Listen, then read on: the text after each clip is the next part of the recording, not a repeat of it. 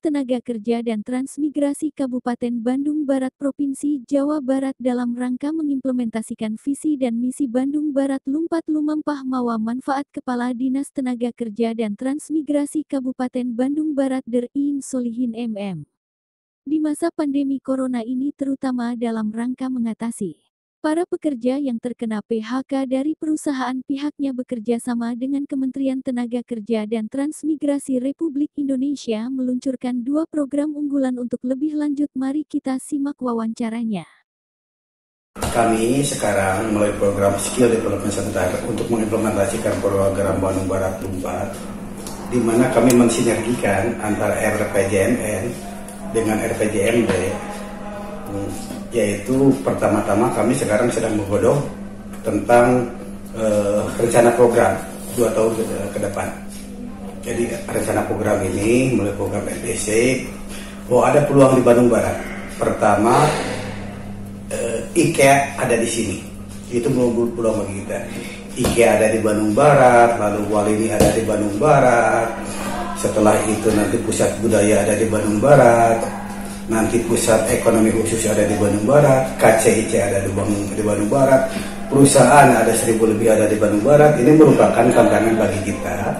Bagaimana memanage peluang-peluang itu? Pertama, kita sekarang sedang membuat tentang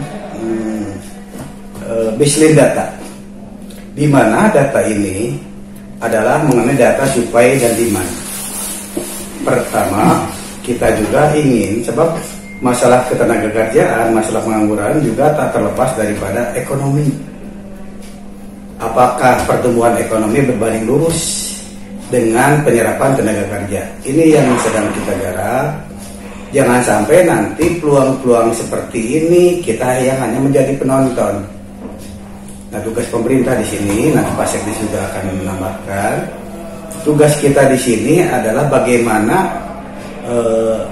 membuat kompetensi, bagaimana kita melink and match-kan antara pasar kerja dan calon tenaga kerja. Di sini sudah terpetakan, tahun ini saja mudah-mudahan COVID cepat berlalu. Kita sekarang sedang giat-giatnya meminta demand dari perusahaan, juga demand tentang wirausaha baru. Alhamdulillah kita sekarang ini sudah MOU dengan Kementerian Tenaga Kerja, sudah MOU dengan Kemenperin, sudah MOU juga kita dengan Kemendikbud, dan sudah MOU dengan Bappenas.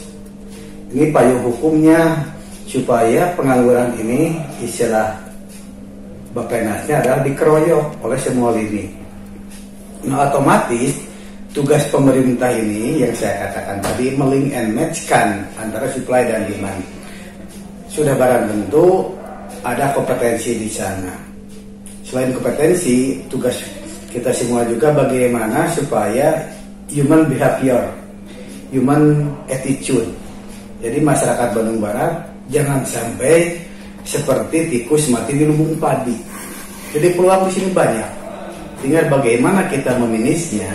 Nah, ini tugas kita bersama dalam ini mengimplementasikan Bandung Barat Lumpat. Insya Allah waktu dekat saja kemarin kita sudah mengadakan kerjasama dengan Golek Parahyangan. Kurang lebih ada 100 mohon izin tenaga kerja yang terserap di sana. Dengan perusahaan lain juga sudah lapor ke kita. Dengan yang lain juga sudah lapor ke kita. Lalu pemesanan tentang bagaimana tindak lanjut dari wirausaha baru, sudah ada 12 buyer yang melirik ke kita, khususnya di bidang pertanian dan di bidang olahan. Jadi mudah-mudahan program kerja ini beres lambat-lambatnya akhir bulan ini, insya Allah tanggal 27 sampai tanggal 31. Setelah kami membuat program kerja, nanti akan disampaikan ke Pak Bupati sebagai pimpinan daerah. Kebijakan seperti apa yang akan dilakukan oleh Bandung Barat berdasarkan sajian-sajian data. Insya Allah data kami akurat. Data akurat itu supaya kebijakan pimpinan daerah itu nanti tidak mengambil kebijakan yang salah. Akurasi data dari kami, insya Allah berdasarkan BPS, itu data sekundernya. Data primer juga kami menerjunkan teman-teman Jadi Snaker, mudah-mudahan saja doa restunya, peluang-peluang ke depan akan mesti ada. Dan waktu sekarang saja, mohon izin, nanti Pak Sekdes yang menambahkan. Waktu sekarang saja kita sedang dipercaya oleh pusat 2 program. Pertama, tentang program Skill Development Center. Skill Development Center ini ada 7 daerah nasional, tapi yang diprioritaskan kalau sekarang 2 dulu, Bandung Barat dan Karanganyar. Yang kedua, tentang pilot project ketahanan pangan melalui padat karya infrastruktur di bidang pertanian pasca COVID bagi tenaga kerja yang ter-PHK. Kita juga dapat dari Ibu Menteri juga tentang masalah penanggulangan pasca COVID. Jadi program-program kerja kita ingin bagaimana kedepannya masyarakat Bandung Barat punya kompetensi, supply dan demand-nya kita ada matching. Sekali lagi, perusahaan-perusahaan di Bandung Barat banyak, KCIC ini akan ribuan tenaga kerja akan terserap di sana. Sekali lagi, pusat ekonomi khusus di kita, Walini ada di kita, pusat budaya di kita. Lalu insya Allah kami juga kemarin supaya Bandung Barat ini bisa menjadi, itu sangat berarti bagi suatu program. Langkah-langkahnya adalah yang pertama, kita melalui baseline data tentang analisa potensi wilayah. Analisa potensi wilayah terus terang Bandung Barat itu kan banyak, ada pertanian, pariwisata, perhotelan, jasa, lalu industri dan lain-lain. Setelah AWPW dipetakan juga bagaimana kita memetakan tentang analisa potensi rasio. Analisa potensi rasio termasuk masalah sumber daya manusianya, masalah tadi sumber daya alamnya. Setelah kedua ini selesai, insya Allah kita akan membuat kebijakan yang berdasarkan data-data yang tersedia. Itulah. Tentu saja perlu ada penggerakan dari sisi dinasnya.